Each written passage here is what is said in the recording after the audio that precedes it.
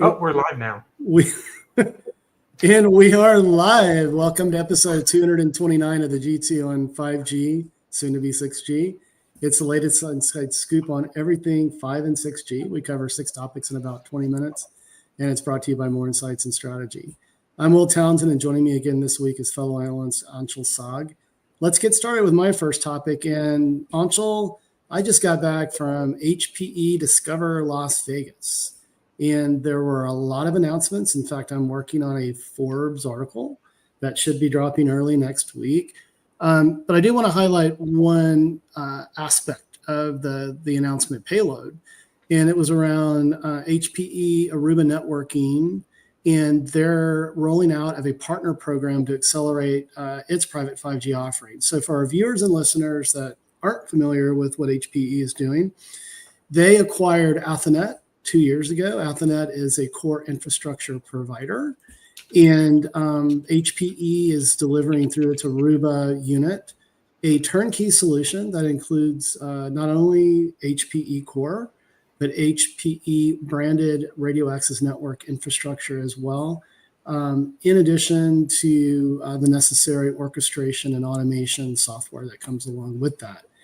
And so what this is all about, it's a competency program for its partners, and it's designed to not only accelerate the adoption of HPE solutions, but also to train channel partners on the nuances of cellular technology, because as you and I both know, it's much different than Wi-Fi.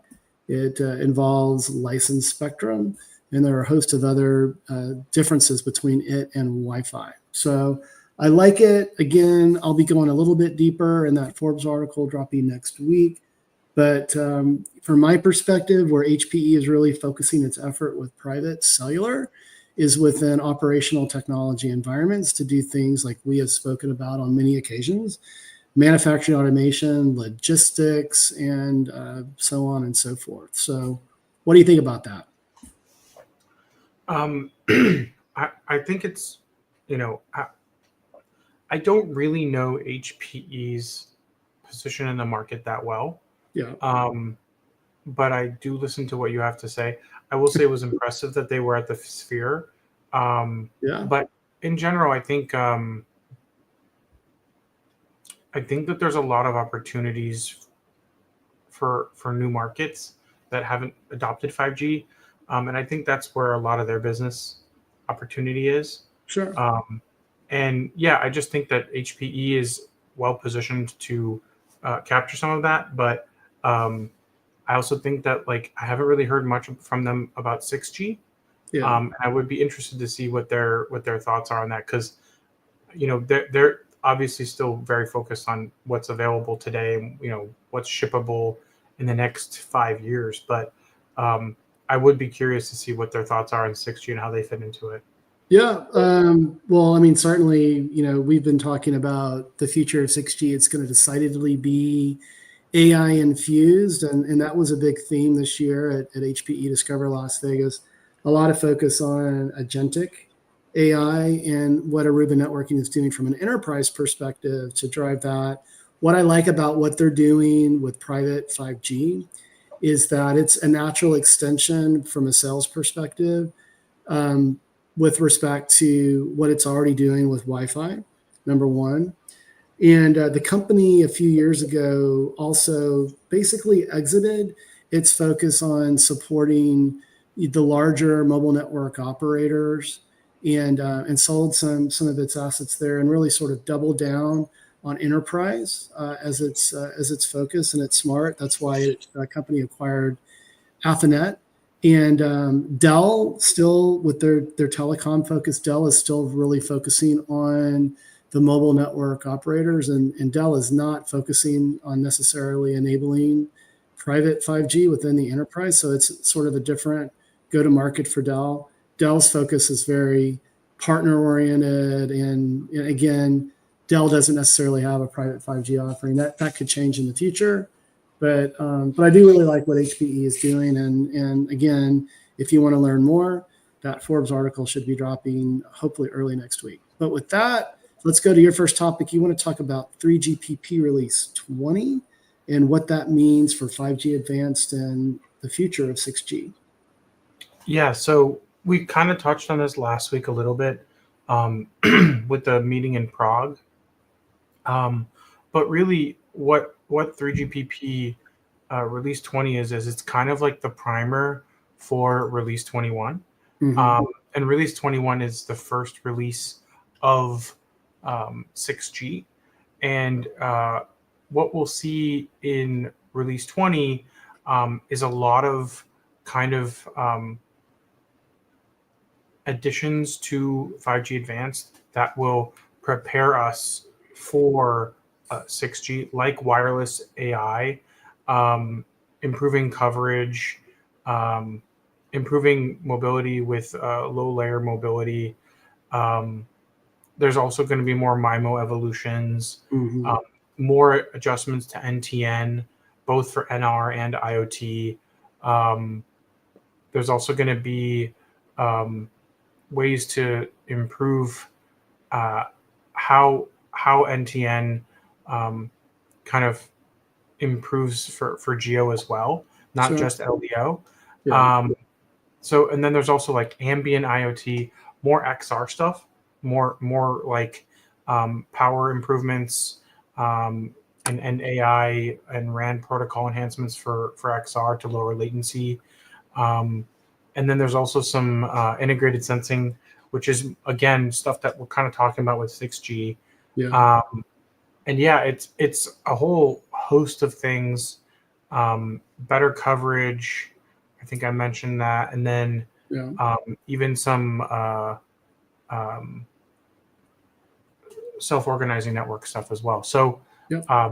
a lot of things that are kind of setting the stage for 6G, but also kind of incremental improvements over the current release 18 and release 19 5G Advanced. So for people who don't remember, 5G Advanced is kind of like 5.5G on the way to 6G. So it starts with 18, 19, and 20, and then 21 becomes 6G. So that's kind of where we're at today. And um, this meeting happened weeks ago, but more and more companies and people are talking about what came out of that meeting and what are some of the important things, because what it does is Release 20 also kind of launches a lot of the 6G technical study items. Yeah. And kind of sets the stage for like what needs to be worked on. So, 6G radio as a new technology platform, um, and then like focusing on performance, but also talking about spectrum and making sure that all of those things are kind of getting set up in advance for Release 21, so that when Release 21 comes out, it's already been worked on for quite some time. And the timing is about right, because if you remember when we started really talking about 5G was about 5 years beforehand. Yeah. And that was when we really had like meaningful things to talk about, Mm-hmm. how to move forward from 4G to 5G. And now we're talking about moving from 5G to 6G, which is why I think, in the coming weeks or months, we'll probably transition this to being a 6G podcast that also talks about 5G. Yeah, we teed up with our viewers and listeners. We didn't get a lot of responses on the rebranding there, but what I'm going to be very interested in is to see how two things shake out. One, the integration of AI, generative and agentic. I posted something on LinkedIn a few weeks ago about the transformative potential of AI infused RAN. Obviously, NVIDIA is driving a lot of this discussion, but there are others like Opanga Networks that you and I have spoken to in the past that are doing that as well. So it'll be interesting to see like sort of what gets kind of codified from a modern AI perspective, and then the other piece, because you and I have speculated on this one for quite some time. What is that spectrum profile going to look like? Is it going to be terahertz? Likely, but it'll all be really interesting. I don't know. From my perspective, I agree with you. We're on sort of a similar track that we saw with 5G, but I feel like we're a little ahead of the curve. Would you agree with that as far as early investigations, NVIDIA's involvement? Would you agree with that? I would say that here's the thing. I think we're actually on the same path. Yeah. I think companies are just being more open about what research they've been doing Mm-hmm. on 6G compared to 5G. I think Yeah. there was a lot more careful exploration with 5G behind closed doors. And I Sure. think because 5G was so competitive that a lot of people are kind of hopping on the 6G messaging bandwagon a little earlier than they did with Mm-hmm. 5G, Yeah. and maybe even a little prematurely in some scenarios. Sure. But yeah, I think we're very much on the same trajectory, Okay. but I think there's been a little bit more openness on that sense. Okay. That's a fair assessment. Hey, so let's go to my second topic. I want to talk about T-Mobile, and they had a big announcement on Monday. So I was able to catch this before I got involved with all of the goings on with HPE at Discover. But what I want to talk about, there are several sort of aspects to this launch, but I want to talk about T Satellite. So T-Mobile officially kind of unveiled their direct-to-device service, and it's been in beta for some time. You know, you were able to test it. You know, you talked about that on a prior podcast. I didn't. I didn't realize that the fuse was about to go out because I'm going to be in Alaska next month and Utah at the end of this month, and or at the end of July. So you know, I'll probably have to pay for the service there, but it was a live stream event. You know, T-Mobile. I mean, they're just they're just so good at packaging things, and their CEO Mike Sievert was and Ulf was there as well, talking about what they're doing here. But the big headline is that T Satellite with Starlink is set to be commercially available on July 23rd, and at launch will include SMS texting, MMS, picture messaging, and short audio clip support. And then additionally, the company shared that on October 1st, T Satellite will launch a data service to allow application experiences on the satellite network. So this is big news. I'm going to talk about AST SPaceMobile as my third topic to sort of balance this out. But I know that you were able to tune in as well, I believe. What was your take on that? And maybe what was your take on some of the other stuff that T-Mobile talked about? Yeah, so that's technically my second topic. So I'll roll in. There you go. Let's do Um, it. so one, I was really surprised that they were going to launch data in October. Yeah, Um, I what was you too. did miss was the free emergency 911 for anyone. So anyone on any network can utilize satellite for emergency messaging or emergency calls. Mm-hmm. Um, and then on top of that, what I do think is a big deal is they are doing database services, and they're already working with AccuWeather, AllTrails, Apple, Google, WhatsApp, and Twitter. So those are the early developers who are already engaging with them. So that Mm-hmm. way they can do kind of like low data rate communications, Yeah. which I think would be really dope. I would love Yeah, to be able to do like tweets from my phone over satellite, right? for sure. Um, that would be very annoying too. But the other stuff that they talked about was free Dash Pass. So all T-Mobile customers get free DoorDash Dash Pass for a year, which is a Mm-hmm. $120 value. They also launched like an easy upgrade plan for people who are leaving other networks. But really, the big stuff for me was um, they were able to get Ookla to certify that they are the best network in America.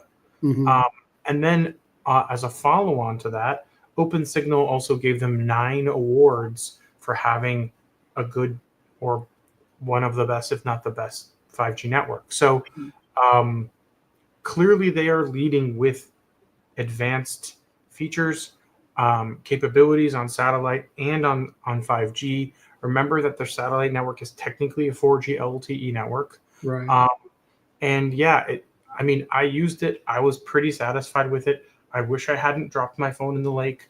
I will say, my OnePlus that I have today, this is Yeah. not compatible with satellite services. So um, I would love to see more phones added to the repertoire of devices supported. I did just get the new Moto Razr 2025 Ultra, which has 16 gigs of RAM and 1 terabyte of storage. Damn, that's crazy. And I feel like that has to support satellite, but I haven't looked into that one yet. Yeah. But yeah, I think they really rolled out the carpet on Monday. Yeah.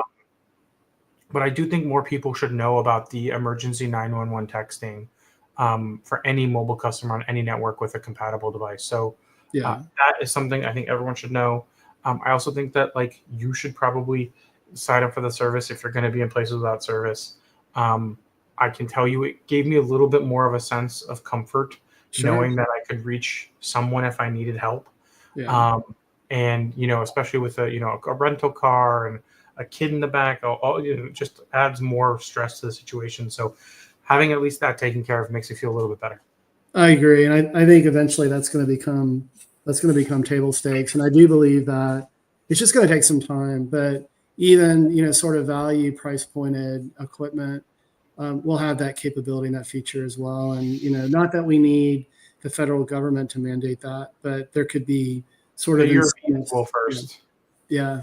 So, but hey, man, let me hit my third and final topic, and so I'm going to balance out the space race here, and I'm sure our fans with the SpaceMob will appreciate this, but I want to talk about AST SpaceMobile, and they're claiming the first NTN defense communications proof of concept. So this was all over the news, but Mobile World Live did a great write-up on it. Now they're collaborating with a privately held company called Fairwinds Technologies. And so what this is all about is a field test use case, including real-time connectivity to a tactical assault kit attack over a VPN for obvious reasons, because this is defense communications, and secure multi-party video calls, all completed on a standard unmodified smartphone. So you and I have talked about the military sort of aspects of integrating low Earth orbit satellite into terrestrial networks. And so this is pretty exciting. The specifics were it was conducted near SpaceMobile's Gateway facility in Oahu, Hawaii. And I think they've used the same facility for some other firsts, right? Like, the video, the first video call and the first text message and that sort of thing. But Fairwinds is basically, I believe, a military contractor. And so that's why they were involved here. And but anyway, I think, at a very high level, it's just demonstrating the use cases. And I've had, time with Abel, the CEO, and he couldn't go into a lot of details because of obviously confidentiality and that sort of thing. But there are definitely military sort of aspects and opportunities that are tied to what he's architecting with AST SpaceMobile. So what do you think, man? I'm sure you're not surprised to hear this.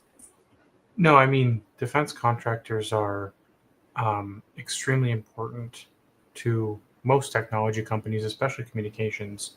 Yeah. Pretty much every major communications company of some sort or another works with defense in some capacity. So, providing coverage and access to service in places where it doesn't exist. Yeah. I think that's generally a good thing to have accessible to defense. Mm-hmm. And then that also ratchets up the type of security that you need for your network, and what kind of protocols you have to have in place to ensure defense grade security. Yeah, and I've and you've got to encrypt this stuff and not just rely on the kind of the basic encryption that's found in LTE and 5G. Now, there are solutions. Ericsson and Nokia have demonstrated solutions. These backpack, sort of a complete cellular network in a backpack, not in a box, right? But from my perspective, what AST SpaceMobile is demonstrating here provides a lot of scalability, and from my perspective, can complement what others are doing with sort of these solutions in a backpack or solutions in a box. But But hey, man, with that, we're going to get your third and final topic. You want to talk about Echostar, and they keep asking for more time, right? When it comes to Well, bankruptcy. they bought themselves more time. Yeah. They made $500 million in debt interest payments, according to their 8K filing. This happened today, which means that they are now electing to not make a payment for their July 1st due date, which gives them a 30-day grace period until they're in delinquency. So it'll be interesting to see what this is. This seems like a very high stakes game of chicken, which actually is what exactly Fierce Network said, and I agree with that. It literally sounds like that they're like, like, oh, we're not going to make a payment. Well, we're going to make a payment, and then we're not going to make a payment. We're going to make a payment. So, this is, if I'm a Echostar shareholder, I'm pretty pissed. I do.